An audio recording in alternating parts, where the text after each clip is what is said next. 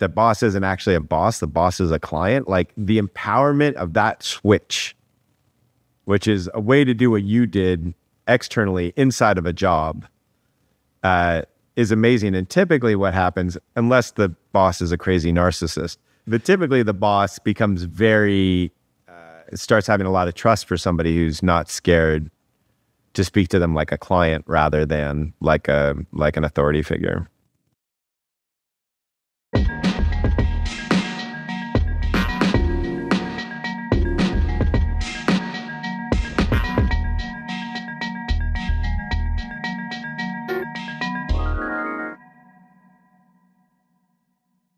Today, I am incredibly excited to be talking with Joe Hudson.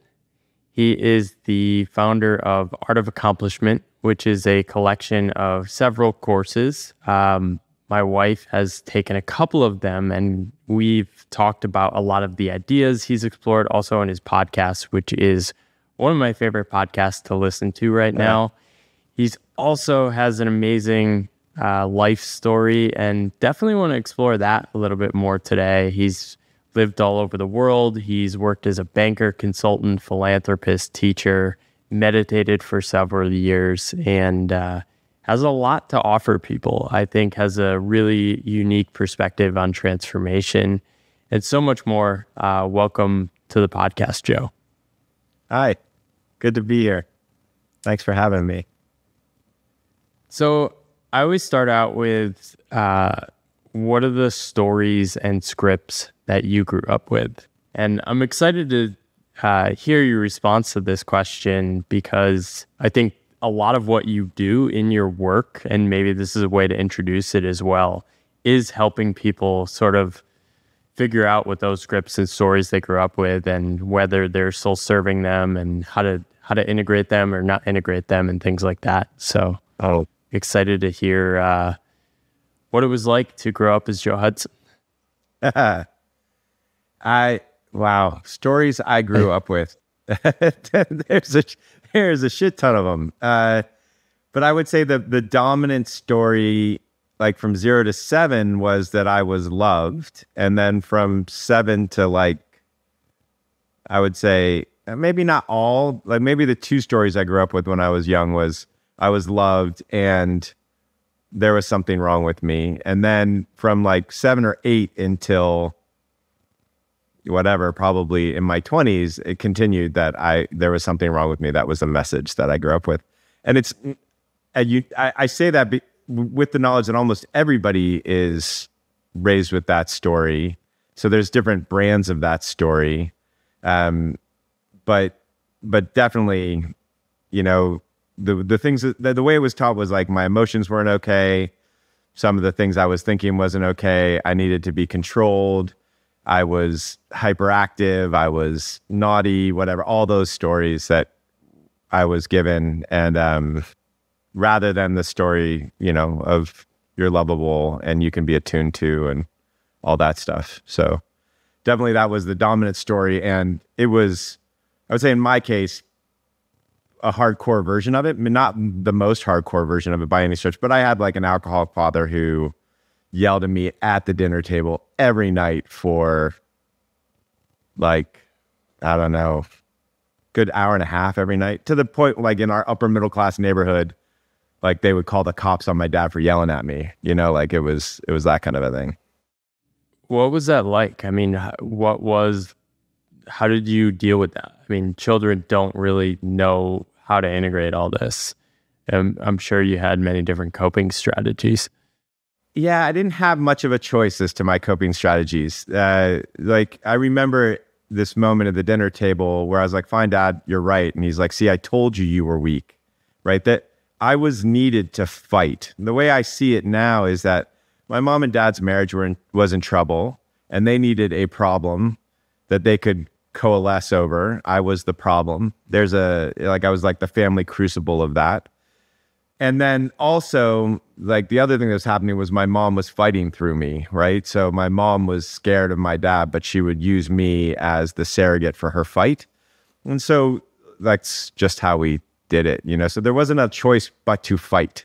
And so because of that, I learned When I'm scared, I fight. When I'm sad, I fight. When I'm like anything that like any emotion that I feel that is uncomfortable, that means it's time to fight. Yeah. And Yeah. how did you take that into like early adulthood? I got kicked out of college fighting. Like I was like, okay. So in college, for instance, my first year in college, it changed. But in my first year of college, they write you up. I was at a UC school, and the system was that they would write you up if you did something wrong. And there's people who had like 9 or 10 write-ups. I had 4, but I was just a dick, like I would come into the hall and there would be like all these posters people would hang over the windows, and I'd just walk in and I'd be like, yeah, and I'd take them down. It was like, whatever, like Christian Fellowship this, or, Jamboree this. And I would just like take them down, and they'd be like, you can't do that. I'm like, someone just put them up.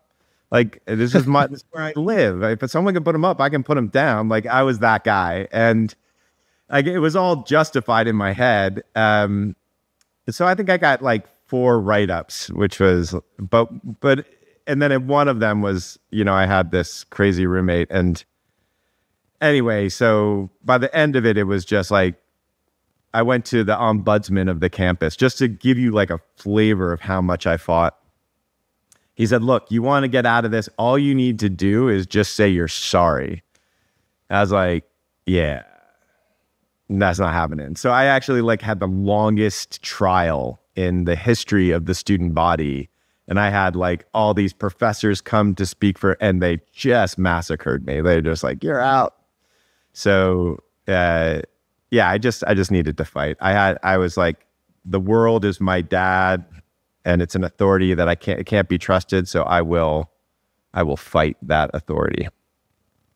Yeah. And with the lens of that survival instinct, it sort of makes sense. It's like, of course you're going to do this. I heard you talking about this with your podcast partner, Brett, and you're like, yeah, very clearly I should have just said, I'm sorry, and functionally stayed in college. But I mean, you were trying to survive though in that moment, just like you were as a kid. Yeah, I think my identity, like the sense of self, which had not been fully formed, needed to survive. And I have no regrets about it, in the fact that like I ended up graduating valedictorian of my next school. And, it was like the whole thing was an amazing learning. It was like an incredible education. And it was like, started to plant the seeds of my self-discovery. So, that level of pain of getting kicked out of college was an amazing motivator to look at myself. So you also have talked about living in many different countries. I think this was growing up. You lived in Iran, Switzerland, Saudi Arabia. Yeah. How did that influence you? I think you were talking about it in the lens of always being able to take many different perspectives. But I'd be interested in what that's like, because you're writing in the context of all these things and Connecticut. And I thought that was interesting, because I only grew up for the first 22 years in Connecticut. And is a very, so it's like I had the Connecticut perspective and you had like the rest of the world. Right. What part of Connecticut were you? What? Eastern Connecticut, right near Yukon. Okay. So my mom really taught in the middle of nowhere. My mom taught in Yukon for a little bit. Oh, wow. Yeah, and Fairfield. Yeah, what was it like? It was awesome. I loved it. It was really good for me on many levels. Mostly I was just socially awkward as hell. And so I got like a restart. I got like a reset button every less than a year typically. And I would have another set of people that I could learn how to interact with and learn how to connect with, which I was not good at, obviously, given that I was emotionally abused for a large part of my life. And so that part of it was really good. The other part that was really good was seeing that there was lots of ways of living, and that underneath that, people were generally very good people. So that was another thing that was really beneficial. And then also, you grow up with certain contexts that you'd never question, because why would you? You've never seen anybody act differently, right? Like, yeah, I should wear my, like, if we're about the same age, I should wear my collar up and it should be pastels, right? Or I should go to school that has flooring instead of like dirt on the floor. Or like, there's just these things that you know to be true only because that's the only thing you know. And I got to know a whole bunch of different truths and realities. And so that was incredibly helpful. And it opened up my mind to allow, like in later stages, to allow all sorts of kinds of wisdom in, and to learn basically how to translate. So even today, for instance, if I can speak to like an energy worker, and I can translate that into like the emotional work or the somatic work or the intellectual work, that they're often saying the exact same thing, but the language is such that somebody will reject it just because, like, I feel my vibrations, and it's like, whatever the hell you're talking about, shut up, that's not rational, says the other person. Whereas I can like dig into that and say, what do you mean by vibrations? Like, what is that speaking to? And then translate it to another part of the, somebody who's more head oriented or emotionally oriented. And so it's in all of my life is that, like, I can translate really, really well because I just got to see a lot of truths. So talk to me a little bit more about your personal transformation. So you get kicked out of this school. You end up at this second school, become valedictorian. But it sounds like that leaving the first school sort of opened up a new perspective of maybe, okay, Joe, I should get my shit together now. No, I got kicked out of school with a 3.97 grade point average or something like that. Like I like when I got kicked out of school, I was also doing really well academically because I just loved learning. So no, I didn't really. I'm not sure if I ever got my shit together. I stopped rebelling. As I moved through college, I still rebelled. Yeah. I remember taking a poetry class, and it was like the only B. They gave me a B+, and I like totally fought it. I was like, no way, I did all the work. The other people didn't, and you just don't like my poetry. Like that doesn't work. And like I like brought it like. As a matter of fact, I remember the story was I needed money because my dad's alcoholism had like destroyed the family wealth, whatever wealth we had, and then and so I had to pay my last year of college, and I didn't have any money, and it was kind of last minute notification, and I went to the dean of students and I said, "Hey, I've got a 4.0. Can I get a scholarship because you're too late?" And so I sat with a cardboard sign in front of the president of the university that said, "We'll get a 4.0 for an education." And like 30 minutes later, I had the scholarship that I needed to get through, and so at the end of as I'm giving my valedictorian speech, the dean of students introduces me and he reads from my essay.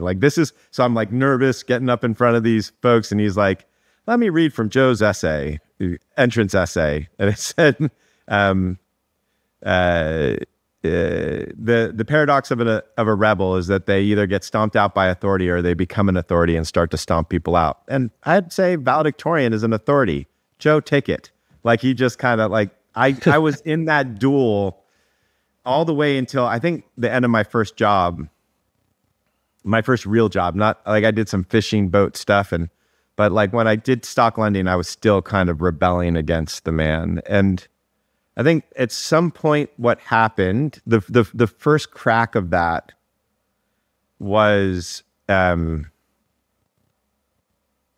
pain, like there was just like a constant pain from the narcissism of that, right? Like the pain of turning all of my emotions from sadness and fear and wanting to leave, whatever that was, all those emotions, and just turning them straight into fight. Like there's a huge amount of pain, muscle constriction, self-violence, negative self-talk that's required to do that.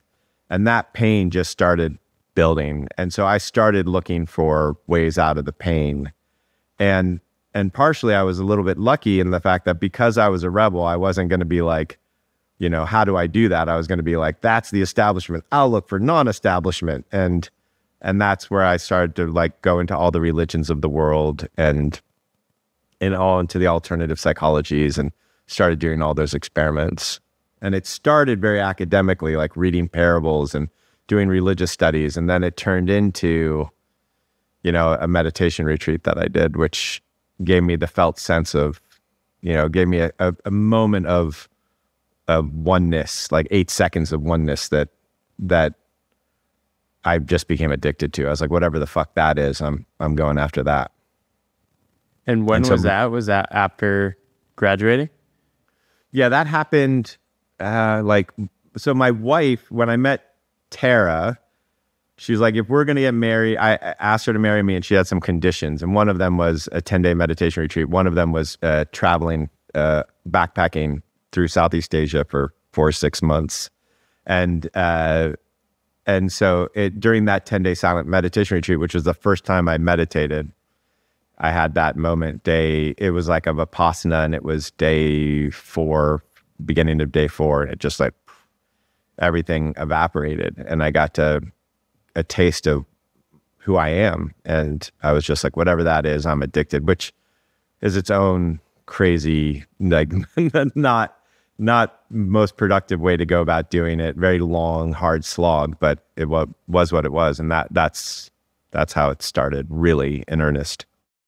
Yeah, it sounds like you had a lot of this pain and challenge from childhood that you sort of drove into achievement, and but you also still had like this creative sense of like holding a sign in front of the president looking for a scholarship. Did you have trouble like untangling like what is the side I need to keep of this versus what is really driving this in a productive way? I feel like I don't think I let go of any of it. Meaning, like the creativity is there, the drive is still there. I think it's just integrated. The way I would say it is that stuff is integrated into, an undefended open heart. It's not. It's it's integrated into a mind that doesn't fight with itself. But the ambition, for lack of a better word, is still there. It doesn't have a reason anymore. Meaning, like for a while when I was building the business or something, I had a reason of I'm doing this to help people, and then I had a reason I'm doing this to change society, and then like I want to scale it, and now I'm just like, I just enjoy the hell out of what I do. I'm just doing what I enjoy. So there's not a need for a reason to justify myself or anything like that. I'm not looking to please anybody, but humans like doing shit. I like doing shit, and humans don't like being told what to do. And that's not entirely true. Humans sometimes very much like direction, very much like to, but nobody wants to be forced or bullied into something. Like nobody likes that. And so it's just, it's just an integration of it. It's not like this part of me is bad and I have to go. When I had this part of me is bad and that has to go, that was like years of fighting. That was fucking brutal. That's just another extension, right? That's a part of me being my dad telling another part of me being my little kid that it's fucked up. So I, like, it was the cessation of that fight. It was the cessation of trying to improve myself. And it was turning more towards, just who am I? What am I? What's my authentic expression? And that's where the real healing began. Yeah, I have a similar experience. I confused myself for a while because I paired ambition with bad outcomes because I saw the people around me in the corporate world and they didn't inspire me. And I was starting to become a shittier version of myself. And so I quit and sort of tried to stop working and stop making money because like ambition bad. And it took me a few years to actually trust myself to like lean into actually doing things and just notice, oh, well, I actually like what I'm doing. Like I'm okay. Yeah. And I sort of like reaccepted the word ambition about 2 years ago, but it took me 5 years because I was sort of in this war against myself. And I sort of think this is a necessary stage of when you leave a certain path, you sort of go against it, almost in a way to protect yourself of not going back. But at some point, you need to integrate that and move on. And now it's like, oh, I do want to be special. I do want to be loved. I do need to be praised. But I don't need to be praised by assholes in suits. It's like, it's actually pretty cool to be recognized by other writers who like love creative work. Right. And so trying to integrate that in healthy ways has been a big part of my journey. And actually something you wrote around this, I think really ties in with this. And I'd love to hear your thoughts on this. Don't waste effort on trying. Yeah. And all the challenges I've had are when I'm like trying to be someone else. Yeah. And it's so much easier to be ambitious when I'm not trying, which I think is confusing when people hear that. But I'd love to hear how you've thought about that. Yeah. So to speak on a couple of the things and then to answer your question, I do think that it's a very natural stage to like rebel against the thing and then like push back. For me, that wasn't ambition, but it was money. My ambition just transitioned to like, I am going to have this awakening experience, which was its own folly. But it, but for me, it was money. Money's bad. Money's good. Like that whole transition back and forth into integration. So I really see that. The other thing that you said there was like this need for approval. My experience is that, just on that part, I think this is important for my journey, and which was, there was the fuck your approval, though I was like getting straight A's to get my dad's approval, but fuck your approval, like that whole thing. At some point, it became, how do I allow that approval in and feel it all the way? And as I did that, as I fully allowed appreciation and compliments in all the way, then the need for them died off, but the enjoyment for them, like just, I'm like, I love like compliments and gratitude, and it feels so good to give and receive it. But the need for it seems to have vanished. Which relates to the question of trying.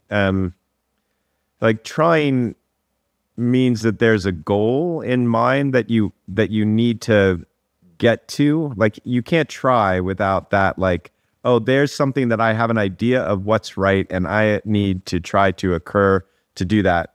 Trying also, I heard this recently that like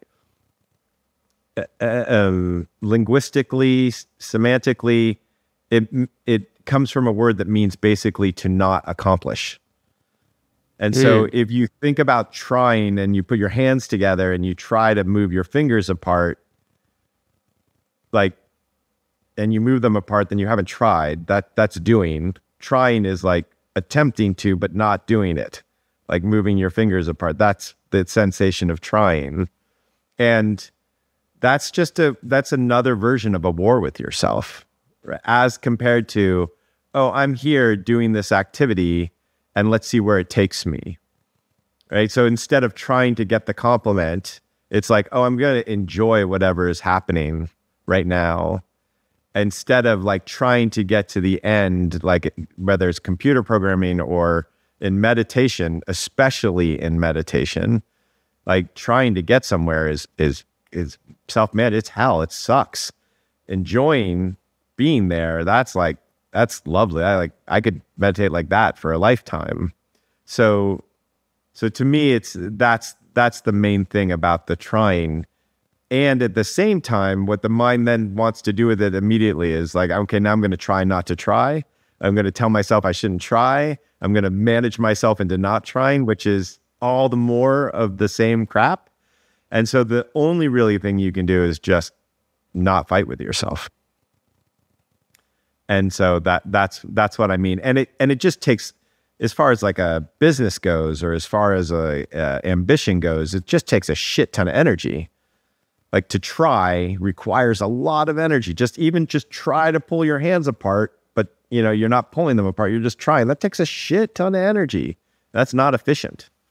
Yeah, and not going to war with yourself. I think I'm sort of lucky in that I don't have this. Like I've sort of always been fine with myself. I think I had abundant love. Like I was almost like you are very loved from a childhood, and I feel incredibly blessed. And people are always asking me, how do you do that? And like my wife is asking me, how do you do that? I don't know. Which is why I find a lot of what you talk about in your podcast fascinating, because you have a different experience.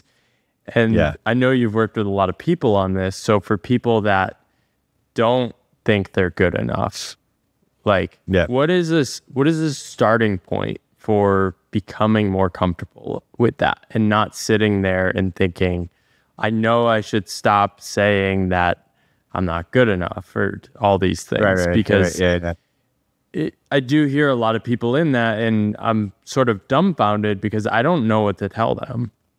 Yeah. It's a tough one. Take Joe's courses. There's lots of methods. My courses are definitely part of that, but there's lots and lots of methods. I would say there's two things. The first one is there's an assumption that there's an end that is, I would say, not true. There's always a way that we can love ourselves better. There's always a way that we can love each other better. Like there's no end to our evolution, like we just keep on evolving. And as far as I can tell, like my capacity to love hasn't found a limit, myself or others. So, or the other way to say it, there's like there isn't like an everlasting, all-encompassing peace where there is no war with yourself, because life without tension is death. Like a cell without tension dies. So there's always a certain amount of tension required just to be alive. And so that's like, how do you hold that tension more and more gently becomes the question. There's definitely these big moments where like what people would call awakenings and stuff, or enlightenment, and it changes a whole shit ton of stuff, but it doesn't mean that the path is ever finished. So that's the first piece to it. And that's an important piece to grok, because it allows you to be more gentle with yourself. Typically for people who are in war with themselves, you're looking for, in the mind, you're looking to deconstruct your thought process so that you can find the gentleness. Your thought process, the thought process is abusive, it's bullshit, it's not productive, but you can't see it. So the job is to like constantly deconstruct that thought process so that you can see it. And that doesn't mean someone telling you, oh, that doesn't make sense. Because if someone says that to you, then you go, yeah, see, I'm a fuck up.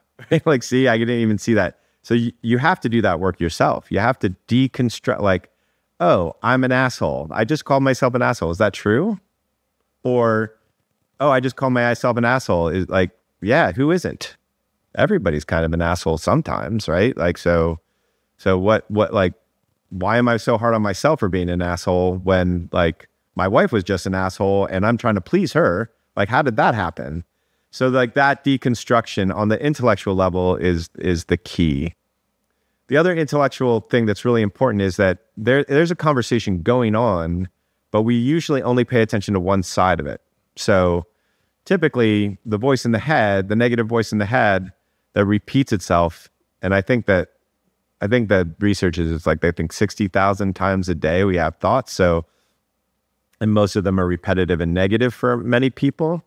And some people don't notice them.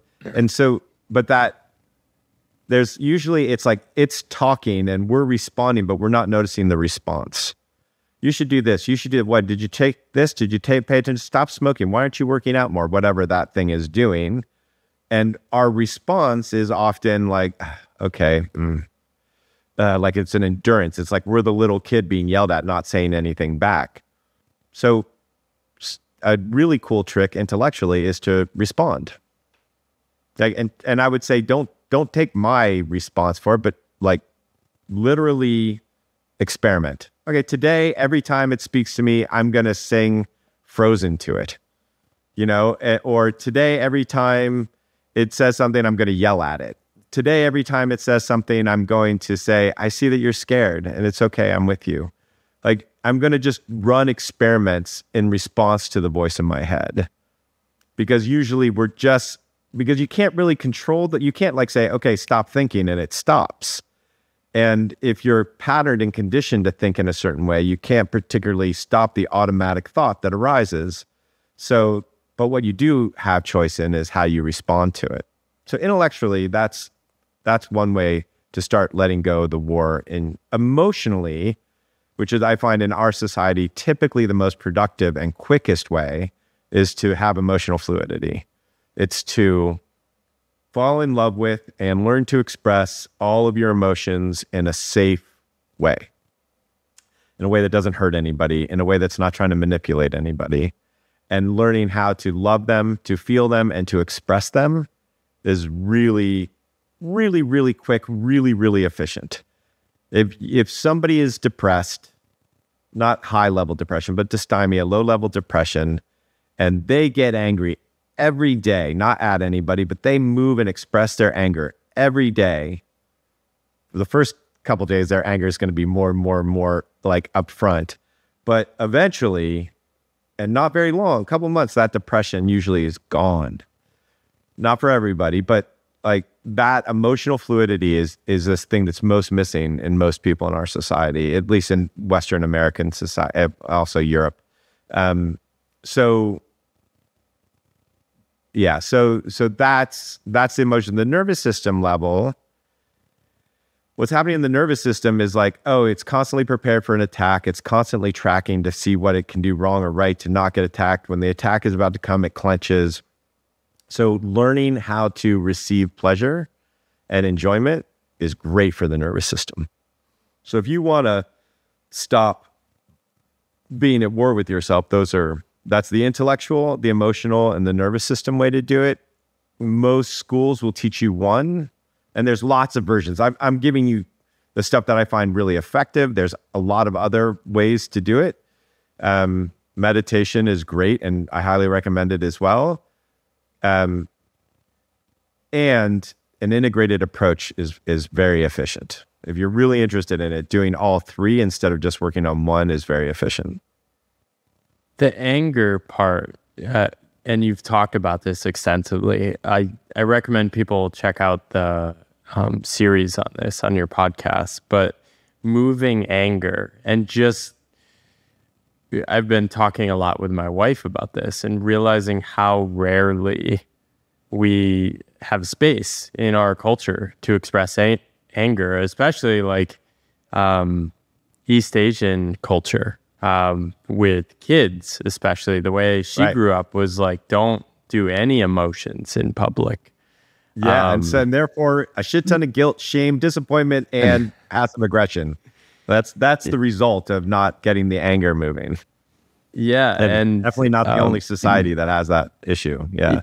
Yeah. In the US we have, for men, you're not really supposed to be angry or share strong emotions, or I had no idea how to experience those in a safe way. Yeah. Without just like the conflict. I could do conflict. We had some like healthy, playful conflict with the anger, but I never knew how to do anger on my own. And so I loved this story. And maybe you can tell it. I think you were making pancakes with your daughter and you had to move some anger. I thought this example was so good about like, oh, I've never thought about doing anger like this. That's right. Yeah. It's right. So just to, I will tell that story. And just to see what happens is when an emotion gets attached to shame, like, oh, it's shameful to be angry. One thing that happens is it blocks the emotional movement. But the other thing that happens is we start thinking of it in a binary term. Like, for whatever reason, most human beings think, if I'm going to get angry, it means at somebody, it means damage, it means pain for somebody else. They don't think like, oh, I can just fucking go get angry and not hurt anybody, right? Like just that very simple logic is very hard to see because of the shame involved. And so I just want to point out that shame is part of the system. So the story is, and this has happened a lot of times in my house, especially because I grew up with everything as a fight. But typical dad in the morning, my girls were like 8 and 5 or something. And I'm cooking pancakes and it's like that moment when the eggs are done and the pancakes need to be flipped and the coffee's like whatever, like the whole thing's happening at the same time. And like my daughter was like, like a homing pigeon. This is the moment to ask my dad the question.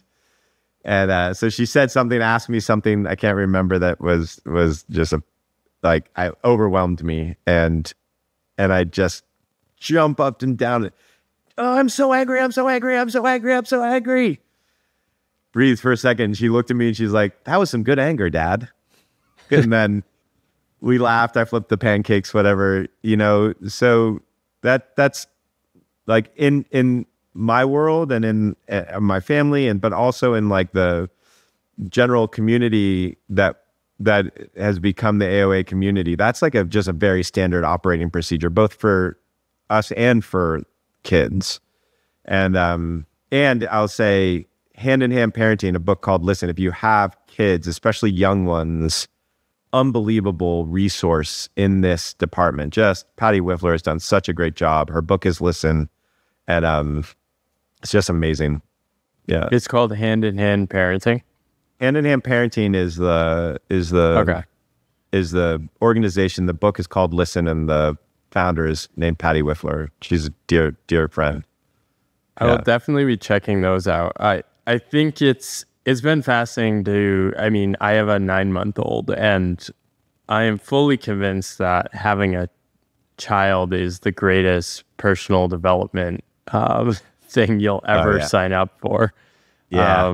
And I think it's great because me and my wife, we love learning about ourselves and challenging ourselves and talking about it. And it has been delightful. And it's been great to hear about how you think about parenting. And I don't want to ask you, what is your advice for parents? I was thinking an interesting way to ask this might be what are the things you sort of rejected that a lot of people do, or the things you decided not to do with your kids? Yeah, to be clear and to give credit where credit is due, I was starting to repeat the patterns of my parents. My wife was like, yeah, we're not doing it that way. And so I resisted a little bit at the beginning. And I think here's something that I did that most people don't do, which was at some point, my first was 2 years old. And I was like, I resist. She has to fight. I finally give in. She's right. Let's just stop this whole cycle. So I was like, babe, whatever you decide to do with parenting, I'm going to say yes to for 3 months. If at the end of 3 months, and I'm going to be fully committed to it. And at the end of 3 months, if it doesn't feel right to me, then we'll have the conversation. So that was something where I really allowed her to be in charge of the kids. She was just better at it, especially at the young age. It's different as they're teenagers. We've switched roles a little bit there. And then, so that's one thing. I'd say once that transition happened, things that I don't do that most folks do. I love their emotions, have loved their emotions, happily sit and feel whatever temper tantrum they want to have. I don't let them destroy shit, but or hurt each other, or did.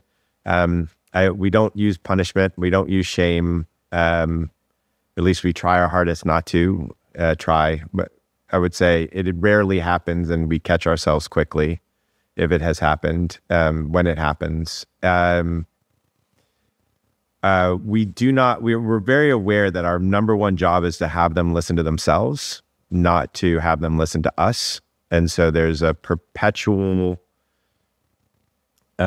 movement to not manage them, but to help them identify what's happening inside them. So the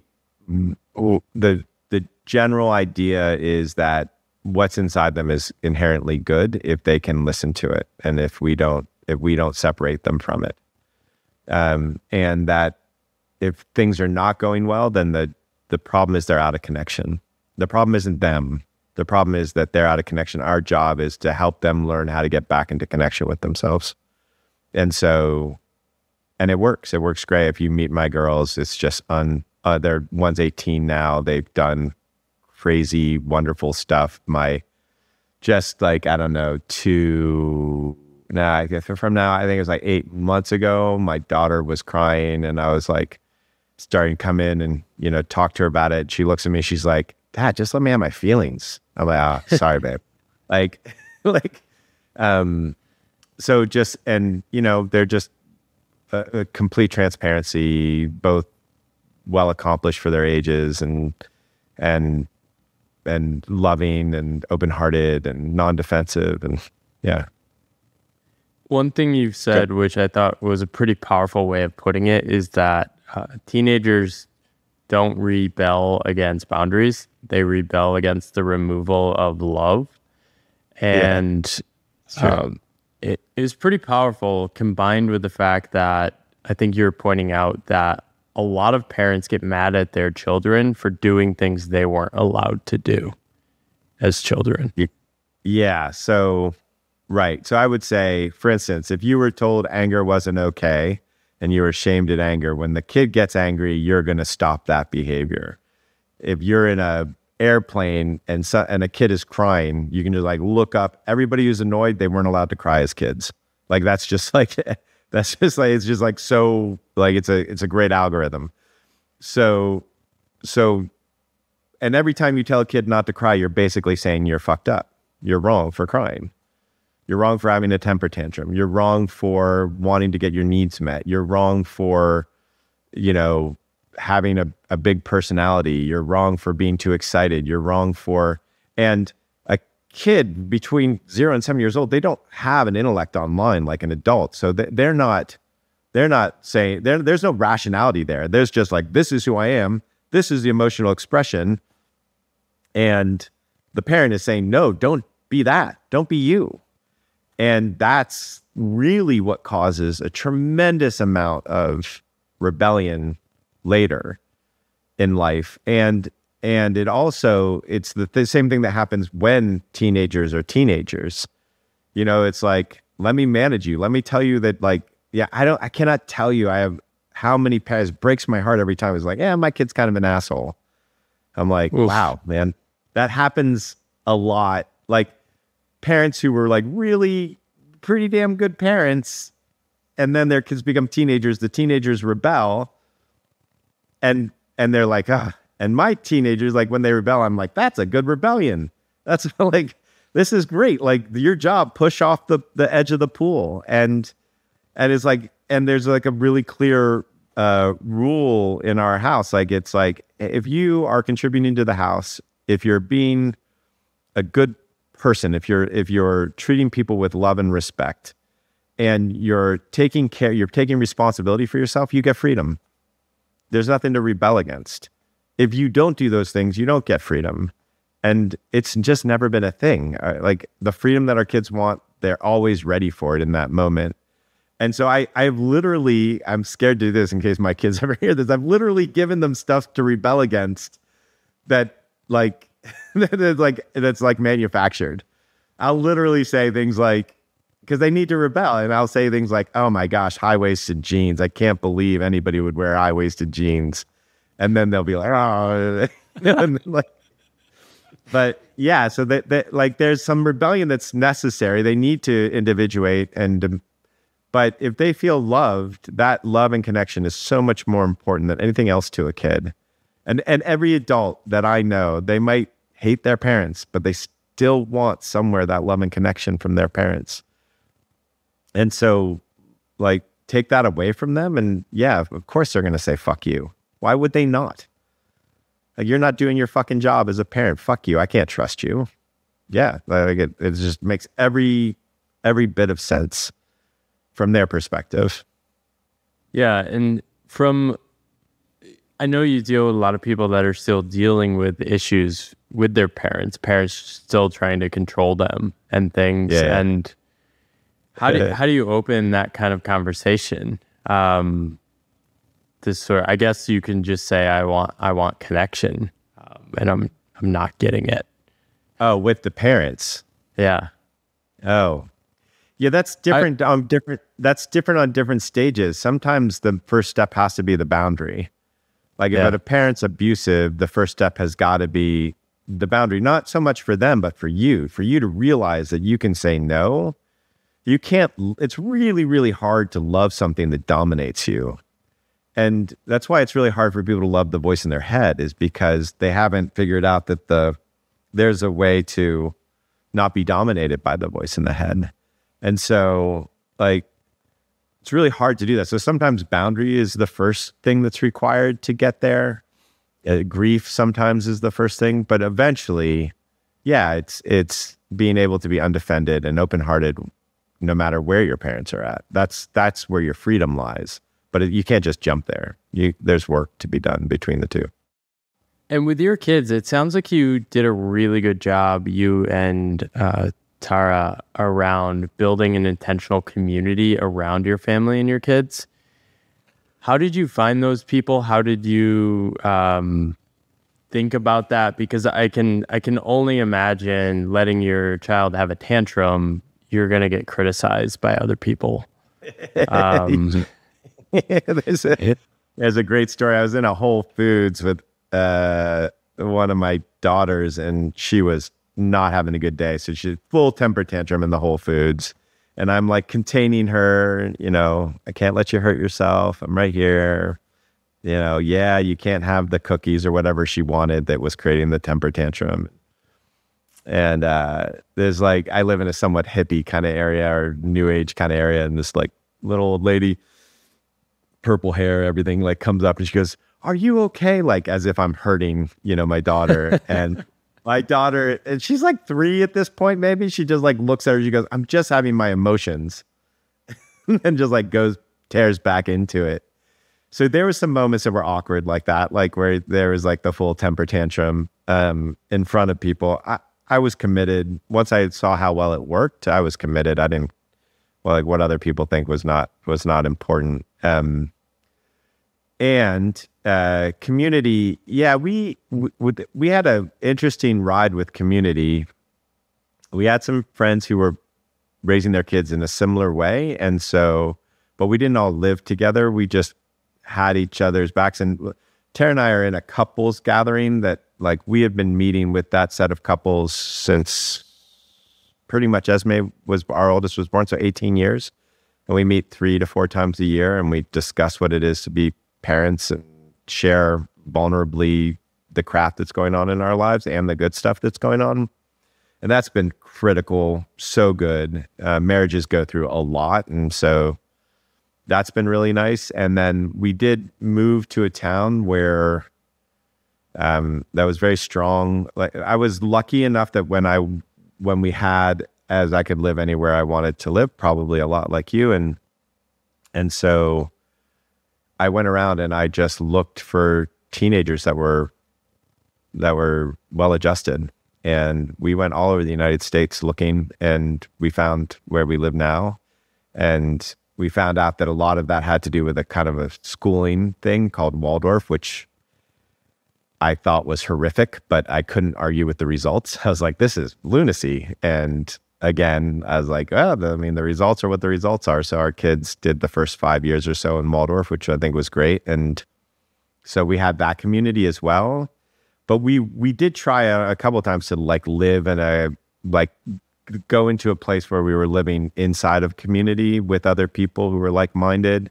And that never particularly panned out. I studied it a lot. I looked at like what would be healthy, and just never panned out for us. Yeah, the starting to think about these things, I love the lens of where are the well-adjusted teenagers. Oh yeah.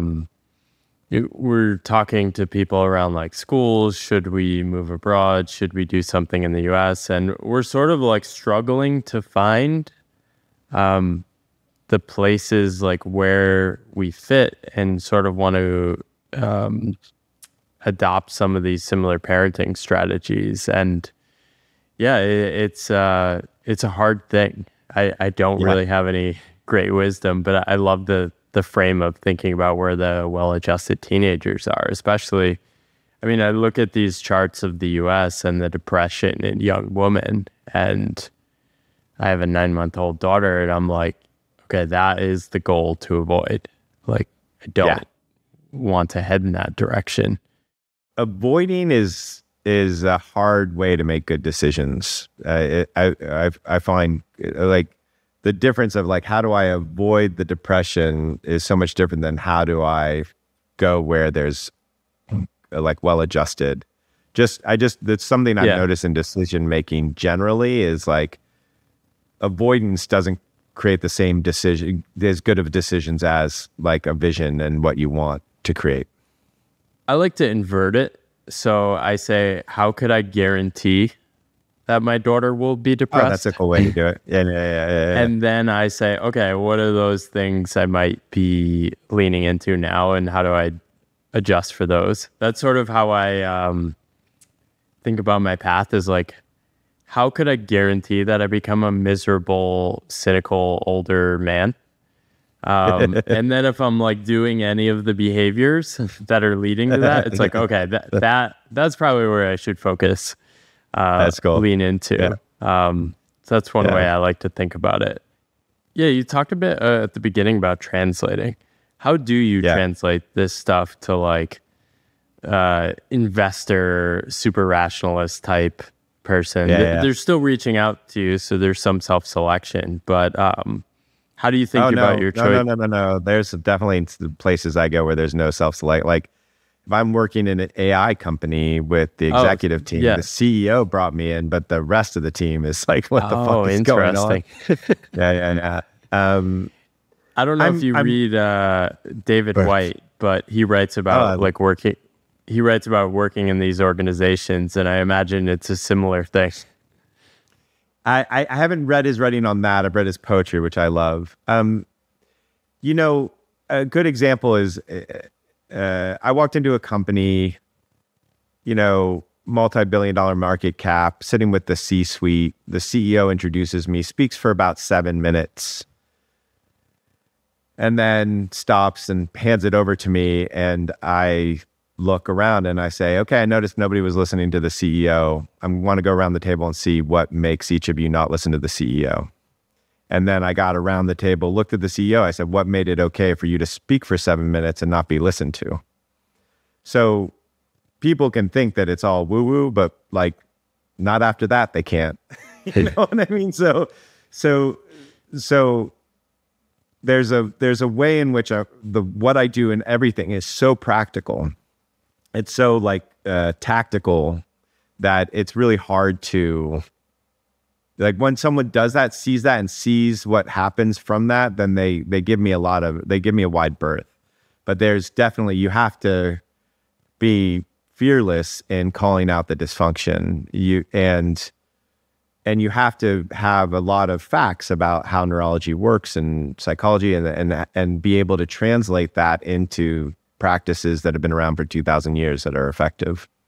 And I would say this in a course too, which as if a practice has lasted 2,000 years, pretty confident it's effective. Like that's better proof than neurology, honestly. But so anyway, so that's the way to do it. And I don't question it myself, right? Like I'm not in a fight to be seen as rational or to be rejected by rationalists. None of that's in me. So if there's nothing for me to defend, I don't defend anything. So there's nothing for them to fight. It's like, taking a sword and hacking at water. You're just like, you keep on doing it, the ocean's not going to change, so that's also a big part of it, is to energetically not try to convince or be defended about their skepticism, to actually invite it and enjoy it. I find that the skepticism that gets brought is the best and quickest way to get to their truth,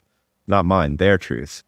It's like they're telling you exactly, here's the thing that I am wrestling with. So why would I not want people to be skeptical? Yeah, I love that story. What was like the response, the CEO? Do you remember? Like, yeah, I remember. It was conflict avoidance. He didn't say it, but that's what came out. What came out was that this CEO's conflict avoidance. So typically in a company, if a CEO is conflict avoidant, it's viewed by the people around that CEO like he is not trustworthy, maybe a charlatan, maybe like drank the Kool-Aid, maybe a liar, but it's because a CEO who's conflict avoidant is smart enough to know what people want to hear and accurate in that, and at the same time is avoiding their truth. And so if you're telling people what they want to hear and you're avoiding your truth, people can't trust you, so people just stop listening. And when we got to that, like, oh, here's how we can have health, here's how this company can have healthy conflict and everybody can look forward to it because it can be productive, the whole company changed. It was amazing. That's incredible. What's the role of money in people's it seems like money is one of the most interesting vessels for thinking about sort of personal transformation and values and principles. One exercise I've done myself and with other people is like, why do you earn money? 10 reasons. People can do like 2. And then once they get to like reason 3, they're like, I've never thought about this. Oh, wow. I've never done anything that's a great one. I've never done such a good one. Yeah. Wow. Let me contemplate that for a second and what that would do inside of a consciousness. Oh, I love that. That's a great exercise. I'm sorry, what was your question again? Your question was what? Well, one thing I've heard from you before, I love this idea of the happy money game. And sort of, it's your way of coming up with some sort of conditions that actually fits with somebody's relationship with money, whether they use money to buy things or use money to avoid things, or money doesn't mean anything to them. Playing with that and charging different amounts. I did a lot of experiments early on my path with the gift economy, and a lot of that was my own labeling money bad. So therefore, gift good. And basically all that enabled me to do is deal with the fact that I had all these weird feelings about money. Because as soon as somebody paid me a really low amount for something I thought was worth more, I was just like, this is ridiculous. And I'm like, oh, I'm not that generous of a person. I have all this money stuff I have to figure out. Maybe just the question is, how do you play with money with your clients and people around figuring out what it's all about and what's behind it? Yeah, there's so many ways. So typically what I notice is money is one of the main, the way people view money is one of the main ways in which they project their childhood onto the world. So they do this to authority figures, they do this in marriages, they do this in politics, they do this with money. And so typically people view money in the same way that they had a relationship. So for me, an example would be always trying to get my dad's love, put me in a position of always trying to get money, and never being able to get my dad's love made it so that I just couldn't really get the money, even though I was totally capable of getting the money. As it turns out, because my psychology was that way, every time it just like evaporated. And because my dad was bad, money was bad. And so I had like that whole relationship. So I do this exercise sometimes with people where you like find these projections and show how it relates with your money or your marriage or whatnot. And so typically, because it's so powerful that way, there's a lot of freedom because that's where the projection lays, and and you have to deal with it. No matter who you are, you have to deal with the money. Like it's like this really potent way to really get into the deep psychology of a person. So that's part of how I do it. The other thing that's really interesting about money and just generally is that, so if you're familiar with the banking system, you would know that the banking system is it's like the best scheme ever. There's never enough money because the interest can never be paid off with the amount of money that there is. That's the game. And so there's always a shortage of money. And it's like, and then you can easily say, oh, the bankers have devil bankers, and they understand that they can blah, blah, blah. But as soon as that cryptocurrency thing happened and someone tried to create a coin where there wasn't that lack, is worthless. And so the reality is that the bankers just found something that worked because we as humans feel like it's not worthy, it's not worth, it doesn't have value unless there's scarcity. That's like our psychology. And so we are a part of it the same way. And that also ends up being something that just in society in general is like love and friendship is really not worth anything unless you feel like there's a scarcity of it, right? And so there's this thing is like when you move, there's something that happens as you move into a feeling of an abundance of love where there's just like endless and it just regenerates itself. What I notice is people make that transition, typically money, resources become the same way, which is really absolutely fascinating. And so sometimes if somebody has like a big chunk with money, you can just work on the love part. And at some point that love turns to the money instead of and when you actually love something, then there's the healing process happens really, really quickly. This basically happened to me. The first 3 years after quitting my job, like money was tight. I was in the scarcity mindset of conserving. And then as soon as I sort of released the tiller and said like, you know what, screw it. I'm not going to do the work I don't want to do. I'm just going to go all in on the creative work. Yeah. Things just started showing up. And it wasn't even money at first. It was people. And you also talk about this. I released, especially in the early days. And that's literally when my wife showed up. And the answers showed up, and deciding to write my book, it just sort of emerged. And it's really hard to convey to people because people will be like, well, what's your plan? Right? It's like, I don't know yet. Like we'll see when the answers come. Right. Yeah. But Totally. It's sort of this deeper trust, and it really is this renewable resource. And I feel so lucky. But yeah, it's weird. I can't explain that I don't worry about money, and I also don't know if I'm going to make money next year. Yeah, right. Exactly. I mean, money is such an interesting point in the fact that like right now, everywhere you look, literally, if you just move your gaze around, you can find at least 20 companies that are making money at anything you fucking look at. It's like just the wall. Just look at the wall. There's the paint. There's the drywall. There's the transportation of the paint and the drywall. There's the paintbrush. There's the drywall screws. There's there's such an abundance of money. It's endless and so many ways to make it. And, like that perspective comes as you learn to love yourself more, learn to love others more, because then the love for money just happens and the projections start to go away. How do you convince people to spend more money that they're scared to let go of?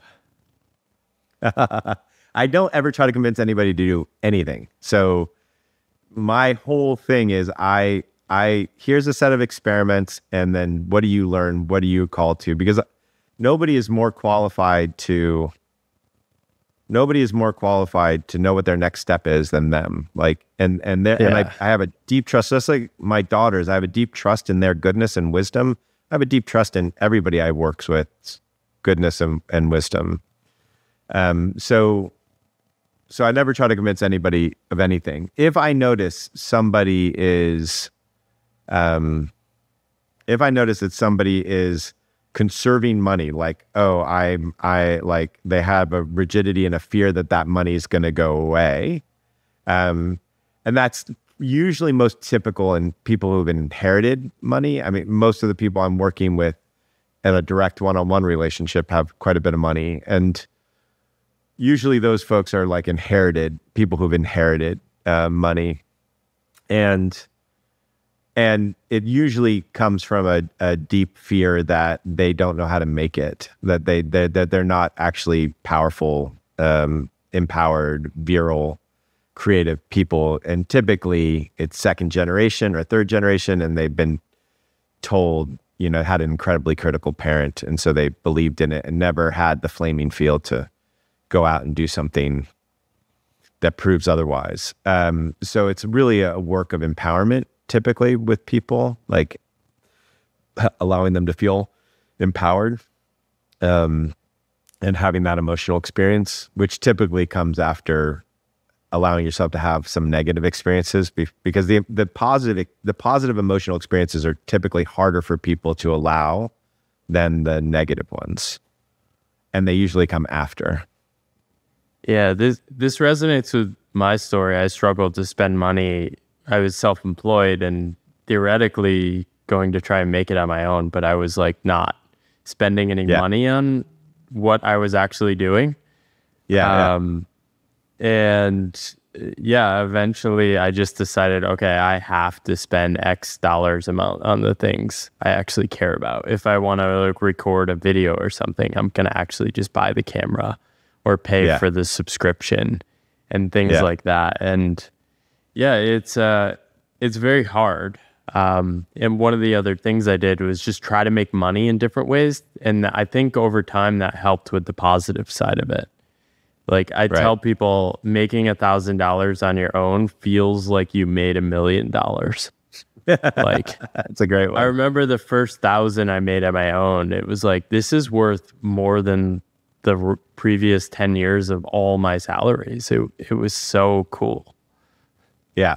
What's even interesting about that is, one of the things that I deal with typically is people who have like a boss, like in the courses, there's somebody who has a boss and they feel like the boss has some sort of power over them. And when they have this moment of recognition that actually they are a business and they have a problem that they only have one source of revenue, that is their boss, right? And that the boss isn't actually a boss, the boss is a client. Like the empowerment of that switch, which is a way to do what you did externally inside of a job, is amazing. And typically what happens, unless the boss is a crazy narcissist, but typically the boss becomes starts having a lot of trust for somebody who's not scared to speak to them like a client rather than like an authority figure. And I love that. That's such a good reframing. Yeah. I've seen it just totally that little switch I've seen totally transform people's careers. I'd love to hear a little bit more around your courses. I think you have a bunch of different things, and you have this view framework of vulnerability, impartiality, empathy, and wonder. Yeah. Wow. Yeah. And you also have, I think, decision-making course. I'd love to just share a little bit more, because I think people will be interested to go a little deeper around like, how did you create those? How do you think about transformation? Yeah. So, we have like a little free 4-hour thing that you can do, just at like a micro dose, if you will, of the course. And then We have the kind of the most foundational one is connection course, which is where view and then we have the decision-making course and we have master class. I think that the thing of that all the courses have in common, I know what all the courses have in common are that there's the emotional, the intellectual, and the nervous system all being addressed in those courses. And we also made them incredible. Like, this is not a course where you study or learn or in that way. It's all experimental. It's all like, so our completion rates are crazy. It's like 97%, I think, on average completion rate. So it's like, it's very compelling. It's entertaining because you're like doing it. You're not thinking about it. You're in the mix with it. It's like a dance class rather than like a dance lecture. And so that's another thing that's about the courses. The first one's a taster. The second one's in communication, which is the connection course. It's also like how to have difficult conversations and how to have conflict well. Decision making is all about the emotional process of decision making, and which is the entire process of decision making, whether like neurologically speaking, it all happens in the emotional center of the brain. And so we're really just using logic to try to figure out what the emotional response will be. And so that is, and it's all about that. That one's really intense. That one's coming up. We only do that once a year, and that's intense. And that happens in January. And then the masterclass happens once a year. That's 8 weeks. And that is basically, from my coaching of executives, that's like, this is the 7 things that they wrestle with typically. And we spend a week on each one of them. And the podcasts are all free. So, you can go and listen to them and feel if it's right for you. Yeah. Beautiful. Well, it's a pleasure talking today. Anything else you want to leave us with, Joe? No, I don't. No, it feels like that's complete. Feels awesome. Good. Well, appreciate the conversation today. I hope you continue to do what you're doing. I think the ideas you're sharing and the way you're sharing them are incredibly powerful and have made my relationships better. So I really appreciate that. Hey there. Thanks for watching that episode of the Pathless Path podcast in video form on YouTube. If you want to see more episodes, you can find links to further episodes up here, or you can subscribe over here. Thank you for your support, and I wish you luck on your own pathless path.